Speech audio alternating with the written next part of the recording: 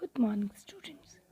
Today in this video we are going to learn about chapter 5 of grade 7 subject science, and the name of the chapter is acid, bases and salt. We use in our daily life so many things. Do they have the same taste? No. Some substances are quite sour, some are bitter, some are sweet, some are salty. So they all have different taste.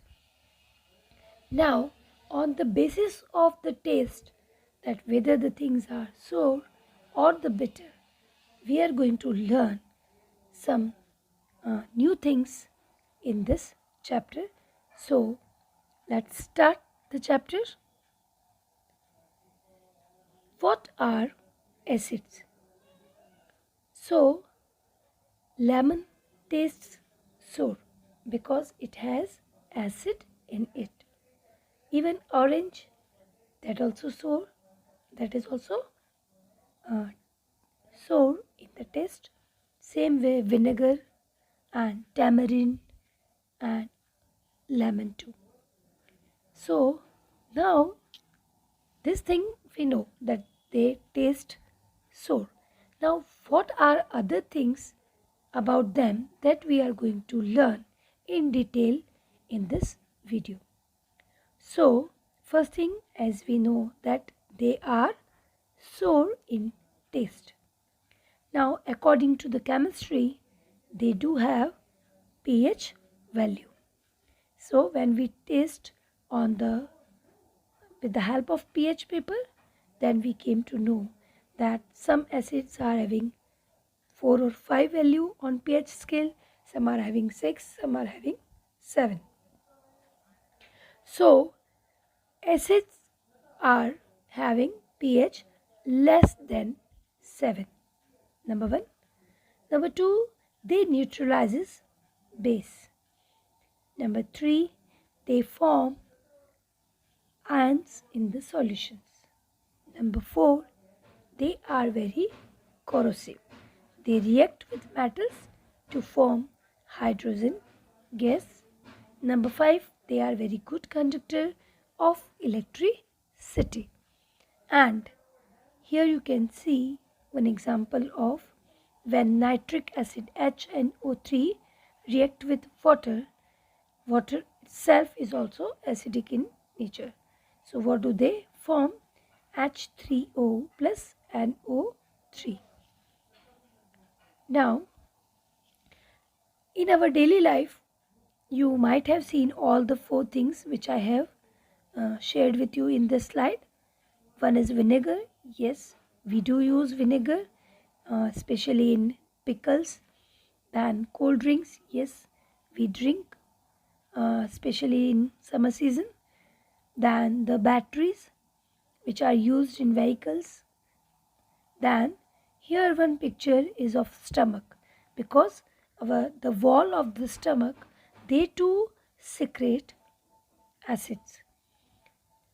Now which acid is used in particular which thing? So sulfuric acid H2SO4 is used in car batteries. Then hydrochloric acid is found in stomach. Then H2CO3, this is used in the cold beverages. Then nitric acid, that is used in explosives. And then the next is acetic acid, that is used in vinegar. So this way we came to know about these different things, that which acid is found in particular which item. Now there are different sources of acid. From lemon we got citric acid. Then tomato, it contains oxalic acid. Then grapes is a good source of tartaric acid. Then in milk, lactic acid is found. Then ant, is having formic acid, then apple, malic acid, and then in vinegar, acetic acid is found. So these are some good sources of different types of acid.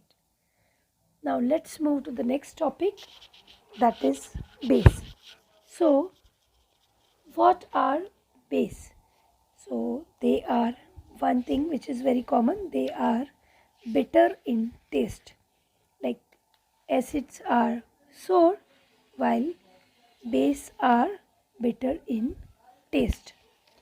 Number two thing is that on the basis of chemical nature, then we can say that they are corrosive in nature. They can cause irritation to skin and eyes also.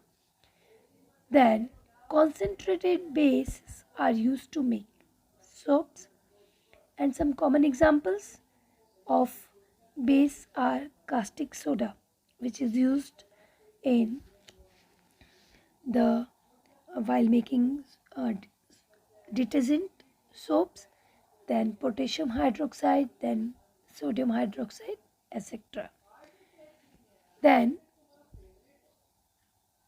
next comes that what is the pH value of a base. So on the pH scale, they are having greater than 7 value, because acids are less than 7 and base are having pH value greater than 7. When you touch it, it feels very slippery. They can be dissolved in fat and oil. Number 4, they neutralizes acid, and mostly they form hydroxide ions in solution. So these are some characteristics of base. Now here you can see some common base. So magnesium hydroxide, that is used in antacids syrups like Diagen, then sodium hydroxide, then ammonium hydroxide and potassium hydroxide. So ammonium is used in the hair color, the dyes which are available in the market. Then potassium hydroxide is used while making detergent or the soap. Then the next is like baking soda. So that is used in the food industries to bake cake, bread and biscuits, bakery items especially. So that this is about the common bases. Now let's have a look at pH scale. So here you can see that the different pH value of some common acids and the bases.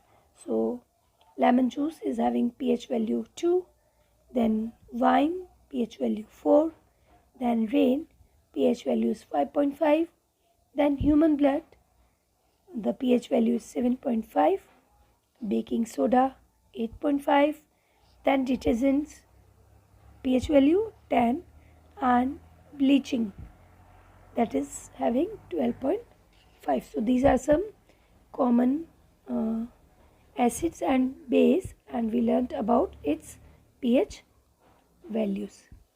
Now again here you can see some pH of common substances.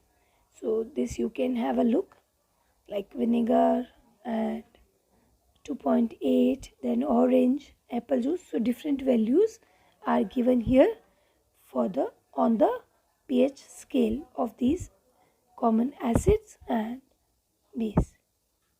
Now let's have a look on the next topic.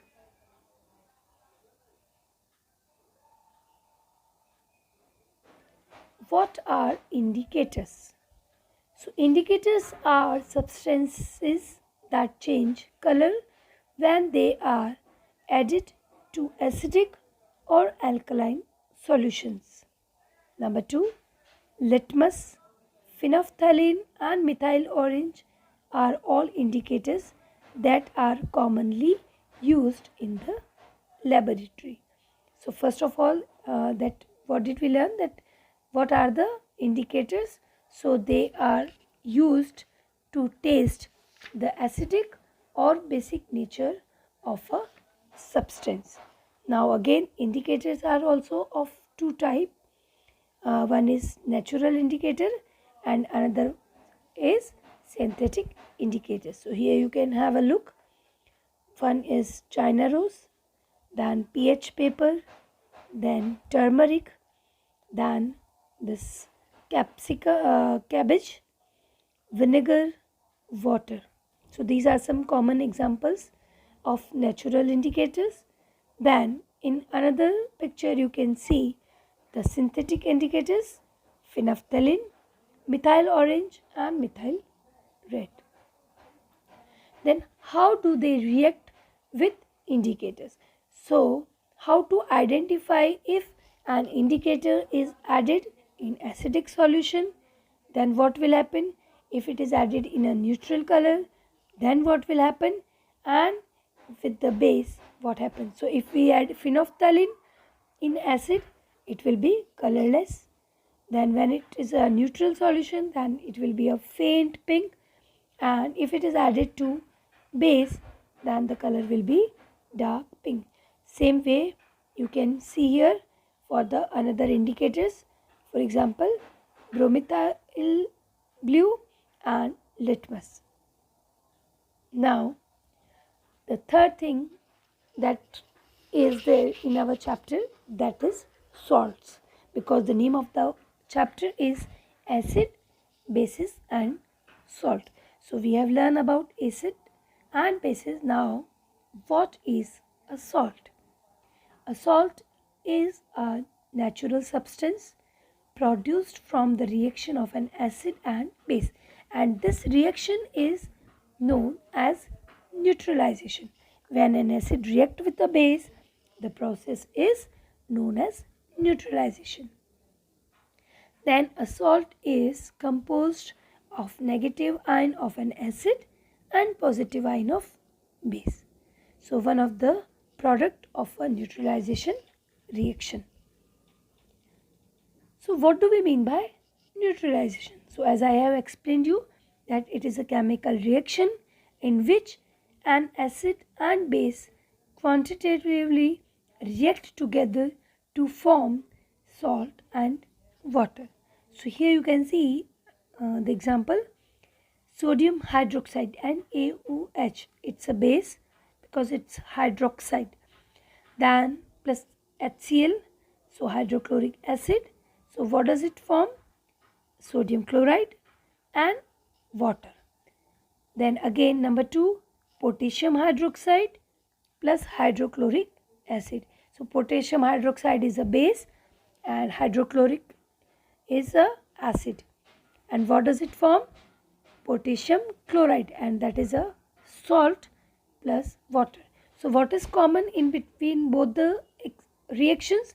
That when a base react with an acid, then salt and water is formed.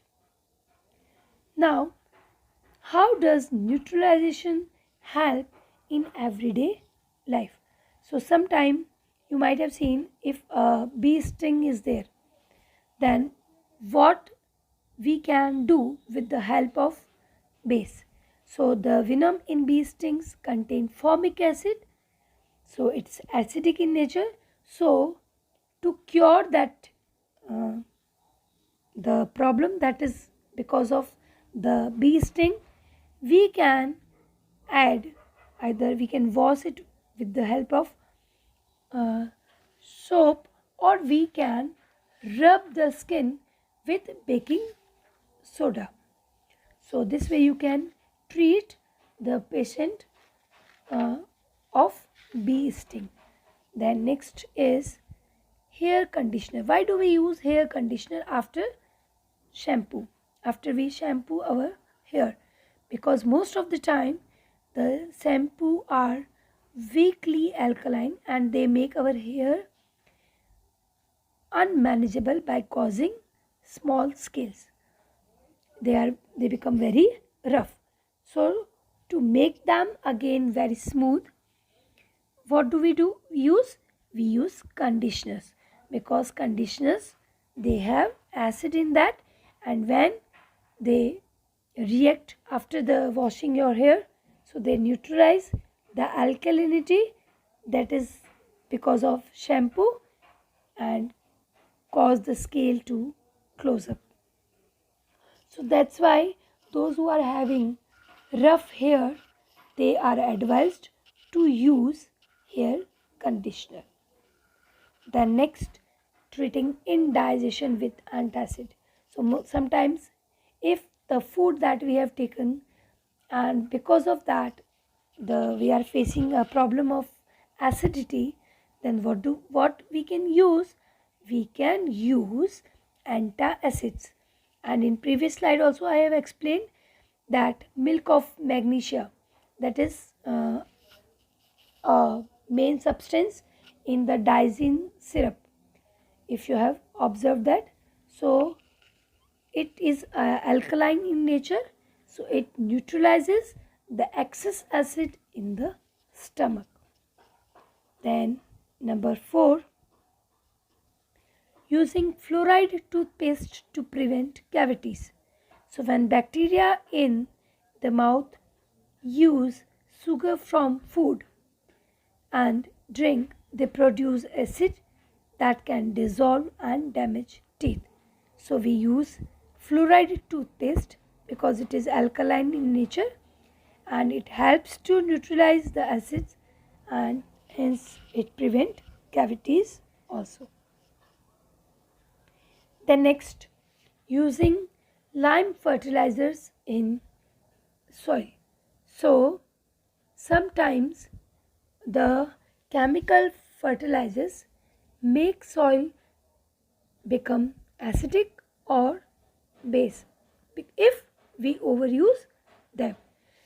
So crops require neutral soil to grow. So if the soil is too acidic, then quicklime, which is basic in nature, is added to the soil.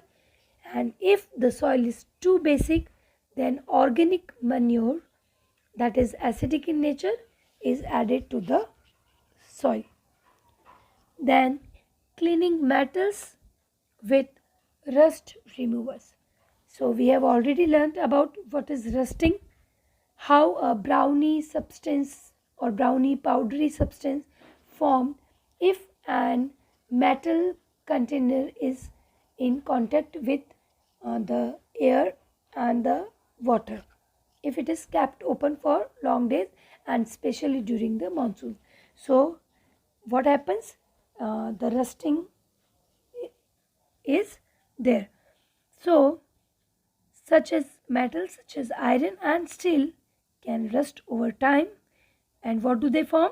They form iron oxide, and iron oxide is alkaline in nature. So what we can use?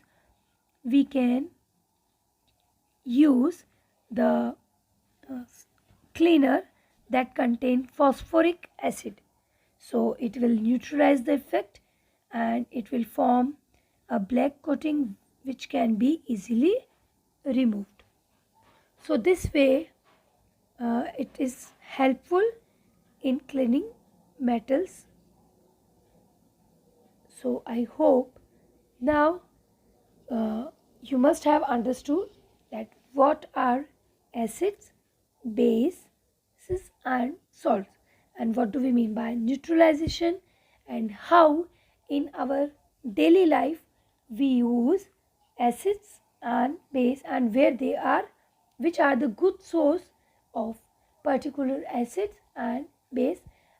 Then we also learned about the different characteristics of acid and base. Thank you.